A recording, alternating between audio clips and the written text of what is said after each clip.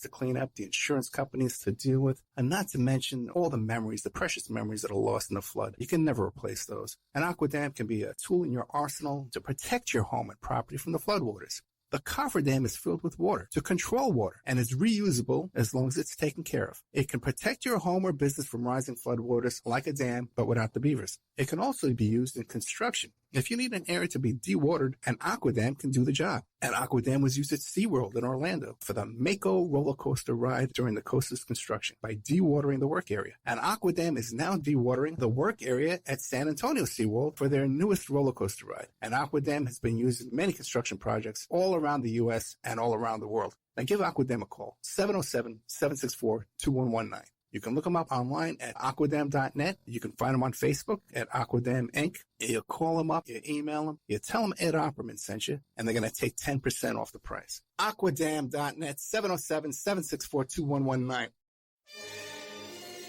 It's the Opperman Report.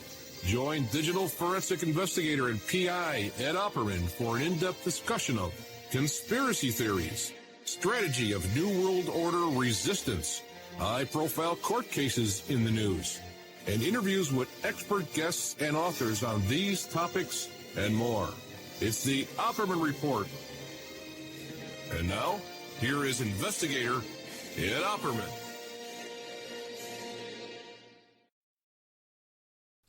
Okay, here we go. Welcome to the Opperman Report. And who am I? I'm your host, private investigator Ed Opperman.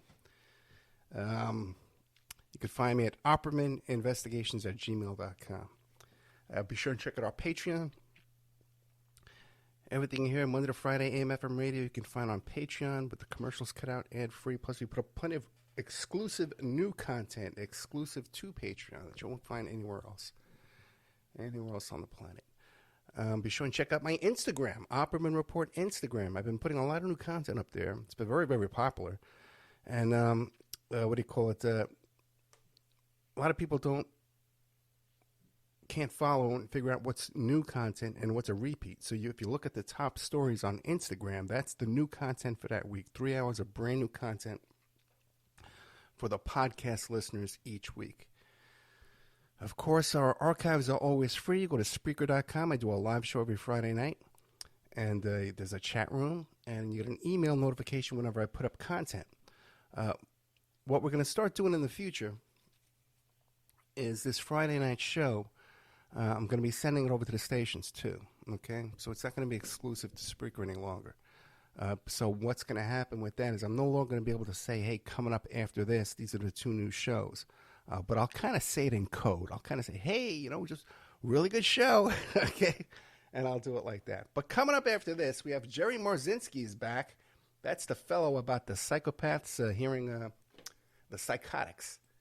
An amazing journey into the psychotic mind breaking the spell of the ivory tower. This is our part 2 with Jerry Marzinski, where we get into a lot more detail about it. And we pretty much settled the question, are these voices that schizophrenics are hearing, are they internal voices or external voices? In the first show, if you go back and listen to it again, we determined that it was external voices. And now we talk about how to deal with it, how to treat it. There's a whole series of books and classes you can take. So that's going to be in our part 2. So I recommend this to anybody who's dealing with psychosis or psychotic behavior, schizophrenia, even depression, and even bad relationship habits. We get into that too as well. As a matter of fact, I made a recommendation that a friend of mine would seek out these books. I was going to buy them for her, but then she exhibited so much of these behaviors that I just said, leave me alone. Okay. And then coming up in hour 2 is Frank and Marilyn, the lives, the loves, and the fascinating relationships. This is a guy named Edward Z. Epstein, who's an old guy, old New Yorker, and worked for MCA and MGM and all stuff like that with all the old stars, Lucille Ball and stuff. And great content from that. I really enjoyed my conversation with this fellow. So I'll go back. Both of these conversations I enjoyed very much. A couple more that I enjoyed this week was Daniel Ulander, who's a Florida attorney who's exposing all the corruption in the GOP, the local Florida GOP. We're going to be putting a lot of focus on that. And if you listen to this show in Florida, we're going to have a lot of exclusive shows for the Florida stations just about the corruption down here in Florida with DeSantis and Matt Gaetz. There's a lot coming out. And Joel Greenberg. And there's a lot coming out. There's a lot that people have no idea what's going on. I'll give you one right now real quick. Just I'll throw it away. It was for the end of the show. But this woman, she was known on Fox News as the liberal Sherpa. Her name was Kathy Areu, Areu, 51 years old. And she was arrested Friday in Miami and faces numerous charges. Okay, and it seems what she was doing was she had an elderly mother, and she kind of did a quit claim and took over the property from her mother, and she got some credit cards in her mother's name. And she took her mother over to a nursing home and tried to have her put in the nursing home. And the nursing home said, well, she's not incompetent. She wants to leave. We have to let her leave. So they took her out of there, and they took her over to another nursing home, and they put her in there. So she was charged with kidnapping and fraud and all this kind of stuff, right? And I'm saying, boy, this must be some really behind-the-scenes behavior, because to get someone arrested for a quit claim with their own mother and taking out credit cards under your mother's name, like the mother would really have to be pushing those charges. What's going on here? And you read further into the story here, and it says in 2020, just 2 years ago, she sued Fox News, and she sued Tucker Carlson and Sean Hannity, claiming sexual harassment. But a judge dismissed that case, and then Florida law enforcement painted a bullseye on this woman and found something to arrest her over. It's almost impossible to get somebody arrested over this kind of stuff. Okay, trust me on that. Even if you would have to know someone. There would have to be prior criminal record with this person to get someone arrested on these kind of charges. It's just, if it's a stranger, yeah, but if it's a family member, this goes on all the time. I do these, a lot of times people in probate, the parents die without a will, and then one person's appointed executor. The other members of the family think, well, they're hiding money, so I get hired to do asset searches to locate the funds of the deceased. And all kind of shenanigans goes on. Almost every single time something goes on. We just talked about last week about the Epstein Trust and how Endyke and Kahn had created this butterfly trust and stole $10 million from the trust. They're not under arrest, but you make a complaint against Tucker Carlson and Sean Hannity in Florida, and you wind up behind bars, okay? Behind a bar of penises, okay? I still have that flu. It's really bad. It's getting better. Moved down to my chest. So while my voice is back, and you can hear, but I got that cough, and I've been coughing so hard that I pulled some muscles in my side and my ribs and my chest. So now when I cough, I have to actually hold it down. Very, very, very extremely painful. So first, before we start the show, once again, the show is called Penis Prison. Okay, and I want to read it. This is a serious statement, okay, by a legitimate attorney, Harvard law professor. I want to see a criminal investigation done of any lawyer and any person who made up stories about my penis and was part of the conspiracy to make up stories. I just want to seek a criminal investigation. I will cooperate. I promise now, I will not claim any privileges, not lawyer-client, not Fifth Amendment, not Fourth Amendment, not privacy. People should go to prison for this. Now, what this lunatic is talking about, that's Alan Dershowitz, Harvard law professor. Okay, what he's talking about, some old depositions came out from this Sarah Ransom's lawsuit. She did some depositions years ago. And she claimed that she's noticed some bleeding from Mr. Dershowitz's penis, alleged penis, I guess, or alleged bleeding. I don't want to get there. I don't want to go to prison, okay, as part of this conspiracy to besmirch Mr. Dershwitz's penis, okay. By the way, I've been drinking Theraflu all day long, so if I don't make any sense, I got to give you a break. I will not be part of this conspiracy of penises.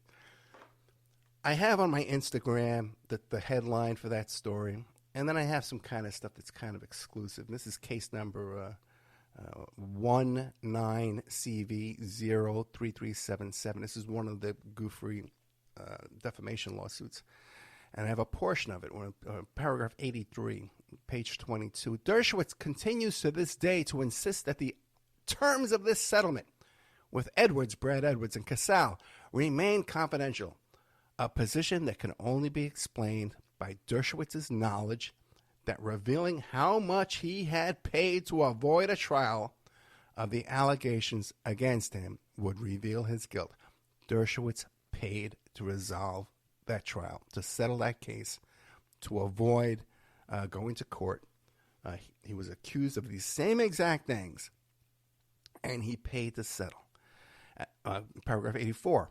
As described above, Dershowitz has also repeatedly asserted that he wanted to have a trial to establish his innocence.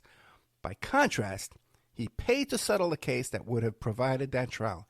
He even lied about being willing to waive the statute of limitations so that Roberts could sue him for sex abuse. A lie almost immediately exposed when he was promptly asked to do so and equally promptly refused. Now, that's just a tidbit of what you can find on my Instagram. Okay, if you go to Opperman Report Instagram, I have some comments there about the President, Mr. Trump's, former President, Mr. Trump's fascinating baseball card collection, $99 a card. He sold out 4,500 cards in 24 hours. Never have we seen a president, a former president, a presidential candidate stoop this low of huckstering and grifting and conning poor gullible suckers that we have seen with Mr. Trump. Just embarrassing. There's probably not another presidency on the planet in the history of this planet that has gone to such gimmickry and clownish foolishness. I also have on there the McMartin preschool FBI diagrams on there too as well. Some bizarre pictures of some things they claim they found on Mars. I don't know. A prediction I made in January 3rd, 2021. Little old me, little old silly goose Ed Opperman.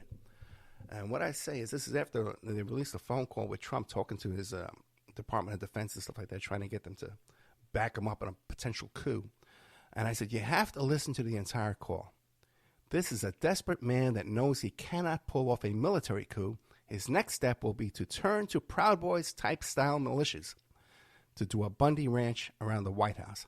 Now, that was January 3rd. 3 days later, they did a Bundy ranch style militia attack on the Capitol building. So my prediction was not 100% accurate, but it was right up the right alley there. I know a coup coming when I see one. You can't say I don't know that. You say a lot of things about good old Ed Opperman, but not that. Bunch of Podesta art on there too on the Opperman Report Instagram. So keep an eye out for all that, my friends, ladies and gentlemen. Back to the notes. Let's see how we're doing on time because I don't know how much my voice can hold out. I was lucky enough to, because my medical insurance is all screwed up. I paid like $4,000 or $3,600 last year for medical insurance. The couple of times I went to the doctor, I still got a $400 bill. I didn't know what the hell the damn thing was for, what good it was. I had set up automatic payments, and they sent me things saying, thank you for your payment. And then they said, well, we're canceling. We didn't get the payment. We could never resolve it, but I don't see any value in going back. I'm not using it, $4,000 a year. So I went and got some fish amoxicillin.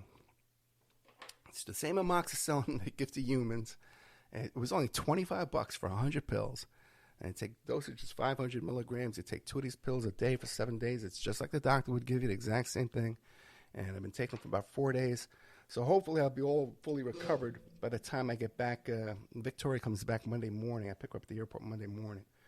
And then hopefully she comes back. I won't be sick and I won't be getting her sick. It's interesting that Mr. Dershowitz is so interested in willing to give up all his rights and to go to the ends of the earth. Someone wants to talk about his penis. But all these little girls getting raped and molested, he doesn't want to lift a finger to help any of them, does he? He's not helping any testimony, cooperating with the police, nothing. I wonder why that is. He seems like such a decent guy.